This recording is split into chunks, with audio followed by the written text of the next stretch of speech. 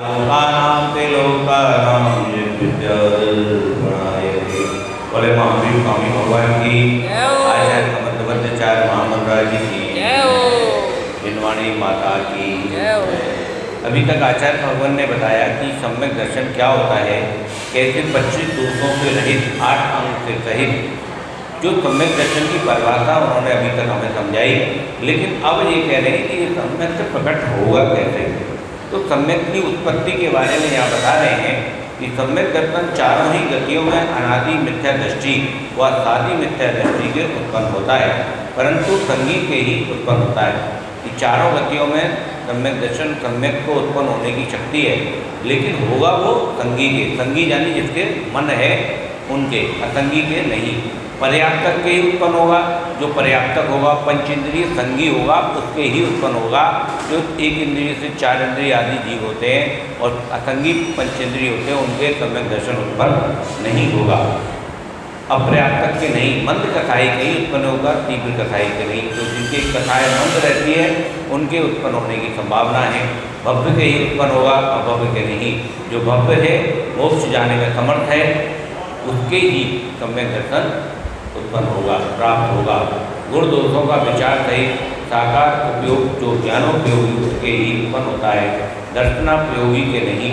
जागृत अवस्था में उत्पन्न होता है, निंदा अचेत हुए के नहीं होता। 5वीं करण लब्धि के उत्कृष्ट जो अनिवृत्तिकरण परिणाम उसके अंतिम समय में प्रथमोषम सम्यक होता है। चलिए पढ़ते हैं आगे। 5 लब्धियाँ यहाँ पर समझाई गई हैं। 5 लब्धियों के नाम इस प्रकार हैं। पहली क्षयोक्षम लब्धि, दूसरी विशुद्धि लब्धि, तीसरी देशना लब्धि, चौथी प्रयोज लब्धि और 5वीं करण लब्धि। इन 5 लब्धियों के बिना हुए बिना सम्यक उत्पन्न नहीं होता।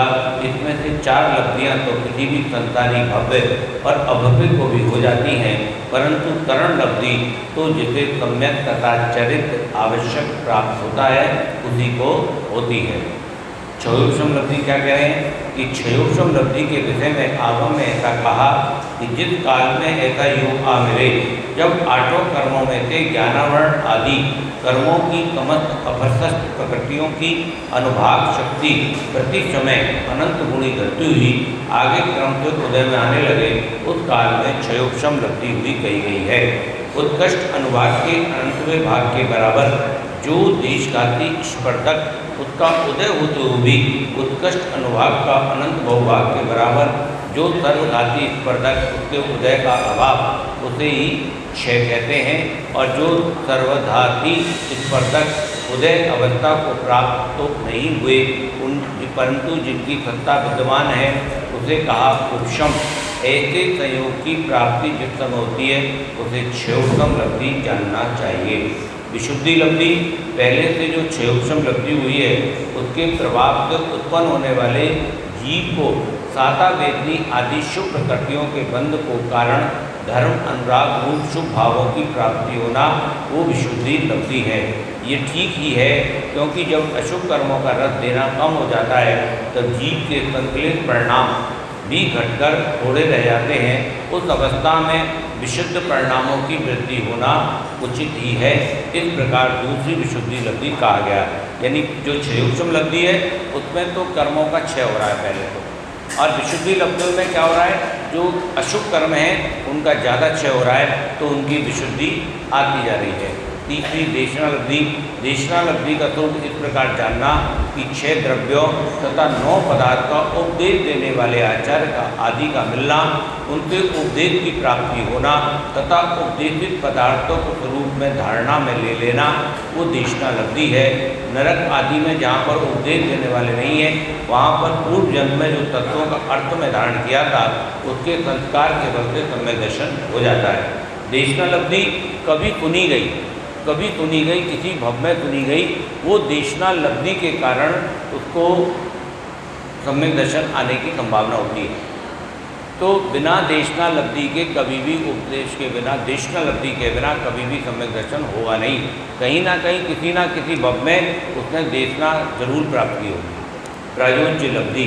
जब चौथी प्रयोज्य लब्धि का स्वरूप जैसा आगम में कहा है, वो कहते हैं कि ऊपर कहीं 3 लब्धियों सहित जीव जब समय समय पर विशुद्धता को बढ़ाते हुए आयु कर्म के सिवाय 7 कर्मों की स्थिति अंता कोड़ा कोड़ी कागज शेष रह जाए, तब पूर्व में जो कर्मों की स्थिति बची थी उसे कांडक घात द्वारा छेदे, फिर कांडक से प्राप्त द्रव्य को शेष सही स्थिति के बराबर करता है। इस अवस्था में घातिया कर्मों का अनुराग रस दारू और लता रूप से बचता है, शेष अस्थि रूप नहीं रहता। अब जी उनकी घटत बता रहे हैं कि कितना पहले कर्म घटे, फिर अशुभ कर्म घटे, फिर देशना के द्वारा उसके अंदर सम्यक दर्शन की प्रभावना शुरू हुई, और उसके बाद जब उसके अंत में कूड़ा कूड़ी सागर शेष रह गए कर्मों के, तो उनको वो बहुत जल्दी एक कांडक द्वारा घात द्वारा छेदे उस कांडक से प्राप्त द्रव्य को शेष रही स्थिति के बराबर करता है। इस अवस्था में घातियों कर्मों का अनुराग रस दारू और लता रूप से बचता है, शेल अस्थि रूप नहीं रहता, और अघातिया कर्मों का अनुराग निम्न कांचील रूप शेष बचता है, विष हलाहल नहीं रहता। पहले जो अनुराग था उसके अनंत भाग देने पर बहुभाग प्रमाण अनुभाग को नष्ट करने वाला बचा अनुभाग शेष रह जाता है। एकता कार्य करने की योग्यता की प्राप्ति व प्रायोज्य लब्धि है, वे भव्य अभव्य दोनों के हो सकती है। जैसे बर्फ का डेला है, तो उसको बाष्पीकरण होना है तो पहले उसको जल के रूप में आना पड़ेगा। तो ऐसे ही ये बता रहे हैं कि इसको रस के रूप में थोड़ा बहुत हल्का फुल्का, मतलब मुलायम हो गए कर्म बिल्कुल। संकलित परिणामी संधि पंचेंद्रीय पर्याप्तक के जैसा संभव हो सके वैसा उत्कृष्ट स्थिति बंध वाला और उत्कृष्ट प्रदेश स्थिति अनुभाग की सत्ता वाला जीव प्रथम उपशम सम्यक को ग्रहण नहीं कर सकता, तथा सपक श्रेणी में जो बंध संभव है उतनी परिणामों की विशुद्धि व जघन्य प्रदेश स्थिति अनुभाग की सत्ता रह जाने पर ही प्रथम उपशम सम्यक की प्राप्ति नहीं होती है। प्रथम उपशम सम्यक के सम्मुख हुआ नित्य दृष्टि जीव विशुद्धता की विशुद्धि कर आगे बढ़ता हुआ प्रयोज्य लब्धि के प्रथम समय से लगाकर पूर्व स्थिति के पंचात्व भाग मात्र अंतर कोड़ा कोड़ी सागर परिणाम आयु कर्म के सिवाय 7 कर्मों की स्थिति बंद करता है। उस अंतर कोड़ा कोड़ी स्थिति बंद के पल्ले के संघातवे भाग मात्र घटता स्थिति बंद अंतर्मुख तक समानता लिए करता है। फिर अंतर्मुख तक पल्ले के संख्यात्मक भाग मात्र घटता स्थिति बंद समानता लिए करता है। इस प्रकार क्रम क्रम से संख्यात स्थिति बंद अपसरण करके पृथक 100 सागर घट जाने पर पहला प्रकृति बंद अपसरण स्थान होता है। इसी क्रम के पिछले वाले बंद से भी पृथक 100 सागर घट जाने पर दूसरा प्रकृति बंद अपसरण स्थान होता है। इसी तरह इसी क्रम में इतनी स्थिति बंद घटते हुए पर एक एक प्रकृति बंद अपसरण स्थान होता है। इस प्रकार प्रकृति बंद अपसरण के 34 स्थान होते हैं। या पृथक का अर्थ 7-8 है, या पृथक 100 सागर कहने से 700-800 जानना। यहाँ किन किन प्रकृतियों का बांधना रुक जाता है, यहाँ से लगाकर प्रथम उपशम सम्यक होने तक बंद नहीं होता। ऐसे 34 बंदा उपकरण हैं। उन 3400 बंदा उपकरणों का वर्णन करने से कथन बहुत बढ़ जाएगा। जिन्हें विशेष जानने की इच्छा हो वो लब्धि सार नामक ग्रंथ से जान लें। प्रयोज्य लब्धि के विषय में और भी विशेष उसी ग्रंथ से जानना। अंतिम आती है करण लब्धि। 5वीं करण लब्धि भव्यों की ही होती है, अभव्यों के नहीं। अधकरण, अपूर्वकरण और निवृत्तिकरण ऐसे 3 करण हैं। यहाँ करण का अर्थ कषायों की मंदता से होने वाले विशुद्ध रूप आत्म परिणामों से है। इसमें लघु अंतर्भूत प्रमाण काल तो अनिवृत्तिकरण है का है। इसमें संख्यात गुणाकाल अभूतकरण का है। इससे असंख्यात गुणाकाल अध प्रवर्तकरण का है। ये सब काल में ही अंतर्मुख प्रमाण ही है, क्योंकि इस अंतर्मुख से ही असंख्यात भेद है। इस अध प्रवर्तकरण के काल में अतीत, अनागत, वर्तमान, सकालवर्ती अनेक जीवों संबंधी करण के विशुद्ध रूप परिणाम असंख्यात लोक परिणाम है, प्रमाण हैं। वे परिणाम अर्थ प्रवर्तकरण के जितने समय है उतने में समान वृद्धि लिए प्रति समय बढ़ते रहते हैं। इस करण के नीचे के समय के परिणामों की संख्या विशुद्धता ऊपर के समयवर्ती किसी दूसरे जीव के परिणामों से समानता लिए होती है, इसलिए इसका नाम अर्ध प्रवर्तकरण है। इसके परिणामों की संख्या विशुद्धता के लिए लौकिक दृष्टांत, अलौकिक सदृष्टि, गोमठ काल तथा लब्धि काल में है। यहाँ से विशेष जानना, यहाँ पर इतना बड़ा विस्तार कैसे लिखें, लिखने से ग्रंथ बड़ा हो जाएगा। अर्ध प्रवर्तकरण के परिणामों के प्रभाव से चार आवश्यक होते हैं। एक तो प्रति समय अनंत गुणी विशुद्धता की वृद्धि होती है।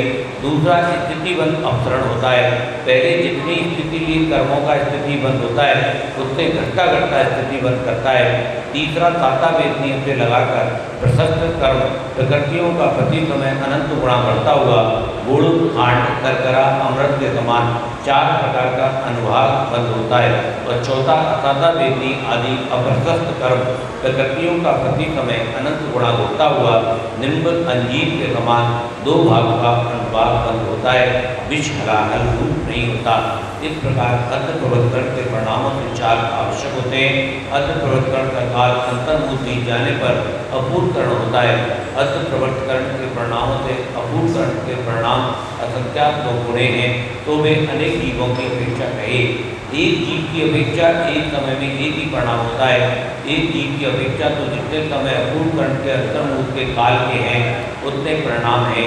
इसी प्रकार अर्ध प्रवर्तकरण के ही एक जीव के एक समय में एक परिणाम होता है। नाना जीवों की अपेक्षा एक समय के योग असंख्यात परिणाम हैं। वे अपूर्वकरण के परिणाम भी प्रति समय समान वृद्धि से बढ़ते रहते हैं। इस अपूर्वकरण के परिणाम नीचे के समयवर्ती परिणामों के समान नहीं होते हैं। प्रथम समय के उत्कृष्ट विशुद्धता से द्वितीय समय की जगन विशुद्धता भी अनंत गुणी होती है। ये एक प्रकार का परिणामों का अपूर्व बना है, इसलिए इस दूसरे चरण का नाम अपूर्वकरण है। अपूर्वकरण के प्रथम समय से लगाकर अंतिम समय तक अपने जगन से उतना उत्कृष्ट तथा पिछले समय के उत्कर्ष से अगले समय का जगन परिणाम क्रम क्रम से अनंत गुणा विशुद्धि लिए धर्म की चाल के समान चलता है। यहाँ अनुकृष्टि नहीं होती। अपूर्वकरण के पहले समय से लगाकर जब तक सम्यक मोहिनीय मिश्र मोहिनीय का पूर्ण काल उसमें गुण संक्रमण करके मिथ्यात्व सम्यक मोहिनीय मिश्र मोहिनीय परिणाम लेती है, उस काल के अंतिम समय तक गुण से निर्जरा, गुण संक्रमण, स्थिति खंडम, अनुराग खंडम, ये चार आवश्यक होते हैं। बोले शांतिनाथ भगवान की। आज पढ़ाया है, कल समझा देंगे, कोई दिक्कत नहीं। बहुत स्पीड ज़्यादा थी, नहीं, कठिन कुछ नहीं है, धीरे धीरे चलो, कठिन कुछ नहीं है। दो बार रिपीट करो यार। लेकिन एक बार आज पढ़ लिया, अब दूसरी बार समझेंगे, तीसरी बार समझाएंगे। या वाणी के ज्ञान से तू या लोकालो वाणी में तदा दे तू लोग हे दिनवाणी भारती तो जपोदन में ज्योतिरण धरे दो पावे चैन देव भई और इनको पूर्तेवा निर्गन दयाधरम कारण।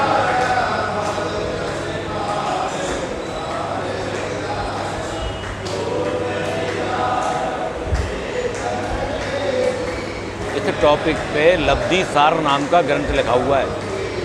लब्धि सार और गोमठ सार, पहले अलग ग्रंथ है, जहाँ डिटेल में पढ़ना है तो उसमें चाहिए। इस पर्टिकुलर 4 पेज के लिए इतने मोटे मोटे 2 ग्रंथ लिखे हुए हैं। तो ये थोड़ा सब्जेक्ट इंटरेस्टिंग है, लेकिन इसके लिए मतलब एक मोटा मोटी ये है कि जैसे कोई भी चीज़ हार्ड है फिर उसको मुलायम किया गया, फिर और मुलायम किया गया, और अंजीर की तरह और मुलायम किया। उन्होंने उदाहरण दिया उनसे, फिर रसरूपी रूप में दिया है कर्मों को। तो कर्मों को सरल करते गए, तो जितना सरल करते गए, सरल करते करते सोई सम्यक दर्शन प्राप्त हो गया। मतलब कथाएं मंद हो गई और मंद कथाएं होते सम्यक दर्शन हो गया। इसका मोटा माटी अर्थ ये है। अब ये लिटरेचर है, नहीं बताया था मैंने बीच में,